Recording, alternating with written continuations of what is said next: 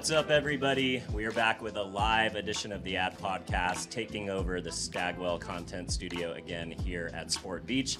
Thank you for tuning in, and we've got a great guest for you today. James Townsend is the CEO of the Stagwell Performance Media Network and also the head of the EMEA region for Stagwell. James, thanks for coming on, man. Thanks for having me, Dylan. Good to see you. Thanks for coming to Sport Beach. Yeah, thank you. Well, this is definitely a top destination on the bucket list this year. You guys, I think year 3, correct? It's year 3, and it seems to be growing each year. So yeah, we're very happy with it. The team have done a brilliant job. Yeah, it seems like you guys have kind of come out of nowhere with this and really become like a top destination on the Palais, on the beach. What's new and special this year than the first couple of years that you guys have done? Well, I think, the first thing we wanted to do was if we were going to come to Cannes, we wanted to come with a point of view. So rather than just have a nice cabana with, an environment where people can spend time, come and have a conversation, and sort of the intersection of sport, fandom, and culture is enough of a subject, but also has the ability to sort of extend beyond that and how brands intersect with those areas. So we wanted to do that, and each year we've sort of refined our programming and so on. But in terms of the wider conversations around Cannes, there's some obvious hits in terms of trends. You're seeing a continued investment from tech companies and the tech platforms, new entrants there.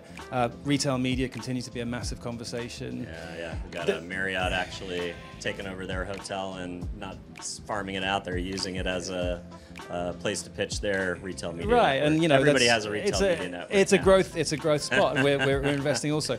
I think there's also the natural dynamic of equal and opposite trends. You sort of see that each year to some degree. I think this year you're seeing that whole question around those two letters, AI and tech, and then also the role of sort of human creativity. And I think, we had Mark talking on the stage there about the fact that is a marriage and a reciprocal relationship, an enablement relationship. One isn't taking over the other. No, or it doesn't need to. And so we're trying to embrace that. The holding company position is attempting to get to a balance of talent and tech, an appropriate balance of talent and tech. So we're embracing technology, but we're also looking to kind of keep our best people thinking of new ways to kind of help brands thrive. So I think you are seeing that natural dynamic of the equal and opposite trends playing out. Experiential and pop-ups, especially in the luxury sector, seem to be coming back, where brands are trying to sort of stand out from a noisy digital environment. Have a more sticky touch point with the consumer. Yeah, an opportunity for them to fall in love with the brand. That's right, and I think you sort of see maybe a desire for probably the younger cohort, younger audiences looking for proper connection, like real physical connection with brands, experiential connections with brands, not just those interactions with your phone, which have a role and have a meaningful role. But that hybrid is starting to come back, I think. It's something else I've seen. Yeah, I think that's super exciting. Would love to touch briefly on your experience with EMEA. Especially in the Middle East, there is the largest percentage of young people. I've been seeing some crazy statistics around music being really broken in that region. How are you thinking about EMEA as kind of a part of the global audience mix and how it's moving culture? And have you guys brought any of that, anybody from your region into the programming this week to talk about any of that? Yeah, I'm obviously doing a fair amount, and we've got various CEOs from across the region and also my network, the media network you mentioned. It's a massive focus for us, specifically the Middle East.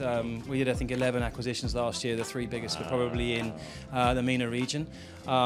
It's an explosive place to go in terms of the growth we're seeing there, the optimism. It's interesting, we've been working with different funds over there, and I think, they talk about opening sectors, not opening brands. They're launching sectors and multiple brands in those sectors. Wow. So, the whole dynamic of growth, the whole dynamic of investment, and the optimism that comes with that is intoxicating for us. So we're looking to continue to invest in the region. Assembly, one of the businesses that we run there, that region alone will grow at 50% this year. Wow. And there's 400, 500, 600 people across the group there now. So we're seeing massive growth. It's a place we want to do more business, not less. And I think, it's part of a strategy for Stagwell to go global and to continue to go global. And I think we're a sort of 75-25, I think, in terms of the split across the US and rest of the world now. And I think we're looking to that to be a more 60-40 65-35 over time. Yeah. So it's become a true rounded out global player. And you just see so much investment in travel, trying to bring tourists from the West into places like Qatar and Dubai. It just like, some of the hotels and attractions that you see are just massive. We have a World Cup, totally, UFC. Totally, yeah. Like it seems to be, and it's also the most expensive ticket from Los Angeles. Like if you look, it's like right? Singapore and Dubai in the Middle East is like it's bad the luck. luxury market too. Right? It is, yeah. And I mean, it's many things, but there you made 2 points there. I think that there is no ceiling to the growth of the luxury market in that environment. I have to say, from what I see, and there's also the youngest population on the planet. Yeah, and so it's a very there is just interesting exponential growth.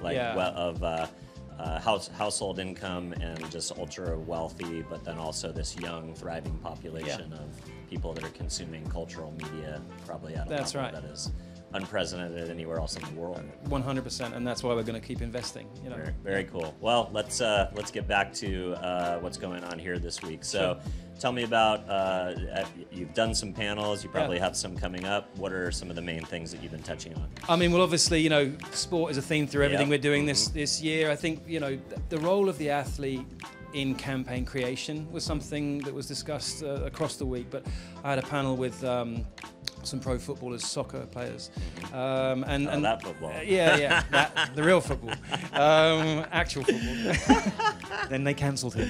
I think the conversation we had yesterday on stage, a gentleman called Ian Wright, fantastic ex-England player, an Arsenal player, and he was really talking about the role of an athlete in co-creating and co-authoring work. And we had Tati Lindenberg from Unilever, who runs the laundry portfolio globally for Unilever, and she was really talking about how athletes now are needed to be part of the creation process, part of the authoring of campaigns, and the benefits of that being, the insight from the athlete's point of view and opening that up to a wider audience. The fact that there is a sort of more vulnerability and rawness that comes through their personal experience, less polished, which I think people are looking for, more authenticity, arguably. So that's certainly something that's been coming through as well. And I think also those athletes becoming entrepreneurs in their own right. Like many of the athletes here, and they're bringing their proposition to the market, and they're looking for brands to partner with and to sort of have a reciprocity for both groups. So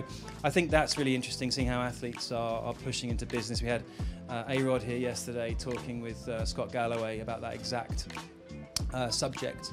And I think it's we've got Ryan Reynolds this afternoon. That'll be interesting. He's obviously done some amazing things. Obviously. Yeah, I mean, Wrexham. Direct consumer celebrity brands, but also media company owner, prolific investor. And Wrexham CEO, who knew? And he's done wonderful things for that football club. So really breaking the mold of what is possible, I think, in terms of creative business thinking is actually he's a brilliant example of that. Yeah, I love this example of the athlete being more involved in campaign design, and you're talking about all the way to the insight phase. So with a partner like Unilever, how does that unfold operationally? Is it, they kind of start with a sports talent, group, and then they try to uncover insights about their day-to-day life, and then they point them in the direction of different products. Maybe it goes to an innovation team to create something that new. Yeah, that's fascinating because, I think athletes as storytellers is a theme that's been exploding. I think it's a bunch of things. I think it's the leagues being more flexible with their IP and not being so controlling. I think it's the connection of fans having more of an affinity with the individual player versus the team, although the team is very important. But I think the fandom to individual players is probably higher. Yeah, I think that's absolutely. It's a personal relationship. Yeah, These athletes, you can have a conversation with that athlete. Yeah. And you can really have a proper meaningful interaction with them. There's also, I think, the fact that they have audiences. Like, let's be honest, like they have large, engaged audiences, and that is exactly... They are the media channel. They are the media channel, and that's exactly what brands are looking to do, to get to kind of, really meaningful environments and audiences that are kind of engaged in those platforms, and they are platforms themselves in many ways, in the best sense. So that is something that is to their advantage, and brands are sort of seeing and wanting to react to and invest in. Yeah, I think so. And also the idea of athletes becoming better storytellers, owning production companies to run their own media brand and social, but then also do work across their portfolios. I worked with Tony Hawk in Adobe early days, and Amazing. he had a YouTube-funded channel called Ride. He had Birdhouse. He had an agency with Sean White and another top snowboarder. Like all these assets to run the brand of Tony Hawk, but then also do work and collaborations with brands. It's amazing, and that's a playbook, right? Yeah. But now I think the difference now is that these things that sit in our pockets are the barrier to entry has just come down so far, and so if you're minded to engage with an audience and you're an athlete, then you'll probably find a meaningful way to get to them quite easily. Yeah, no, I love that. So I think you also hit on a really important, thing that I want to dive back into is the idea of the conversation around AI, but also creativity. Feel like CES maybe this year was like 100% AI. It was nothing but. It was as you'd expect. Yeah. Consumer electronics show of AI versus the consumer electronics show.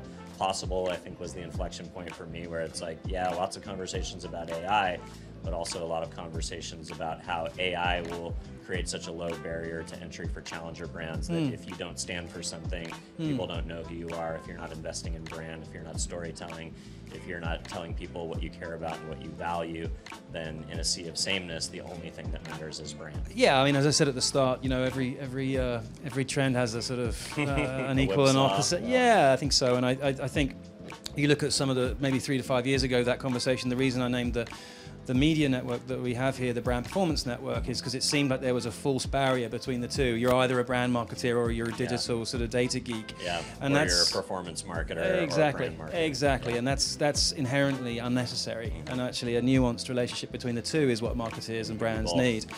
And so I think the same stands for the human touch and the human role in creativity and the enablement opportunity we get with AI. I mean, we think about AI from a point of view that is, every website in the world will need to be redesigned over the next 3 to 5 years to somehow accommodate for AI. So that is a business opportunity for us. But I think there's also, we're probably in that nascent stage where it's mainly being deployed for efficiency. Yeah. It's a time saver. It's something, and we want to get to a point of incrementality as soon as possible. So high value tasks done by humans, creative problem solving deployed, using AI and somewhat enabled by AI, but maybe not led by AI. That's probably it. So it's a balancing act that we'll have to kind of learn together on as a sector. But we want to be at the front of that, making mistakes and fixing them fast, and then being creative. Is there a most exciting example of that more high value task versus efficiency task that you've seen? Well, that's kind of like almost shocks you that we're that close. Well, I think there's sort of the palace full of amazing work that I'm not sure could have been come to.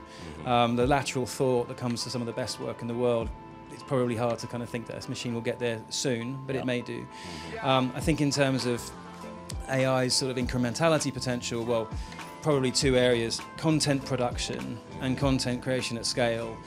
What was DCO or whatever that future is really amazing. We have a business here called Smart Assets, which is really the vision for that business is sort of self-creating, self-optimizing, self-measuring content. Now, kind of like what Zuckerberg talked about, just swipe your credit card and we'll do the rest. Well, it's really, and that needs to sit in complement with those big tentpole moments, like those big amazing Super Bowl moments, those big amazing brand ads, like you talked about it earlier. So that's the brands with points of view are going to become more important, not less. Yeah. And I think that needs to be human. So the Super Bowl ad is the high value creative that is done by humans, and then the 1 million versions of it that are personalized to each individual inevitably person. Technology has a massive role to play there. So, and that to me is a marriage, not an exchange. So I think the ability for brands to stand for something, to have a point of view in the world, and to attract people who might share that value system needs to be told in an ever more creative way to cut through, I would say. But the ability to then add nuance and specificity, individualism to how that might play out in format or in environment or in nuanced message, is something that absolutely technology has a role to play. So I think content's one, media inevitably is the other. The ability to kind of read signals and self-optimize media on the fly is something that will continue to be a massive part of my group as we develop into that space. Love it. Anything we didn't talk about? Oh, we covered off pretty good. Like future of marketing, the Crozet, and everything in between. James Townsend from Stagwell Beach. Thanks, guys. Thanks very much.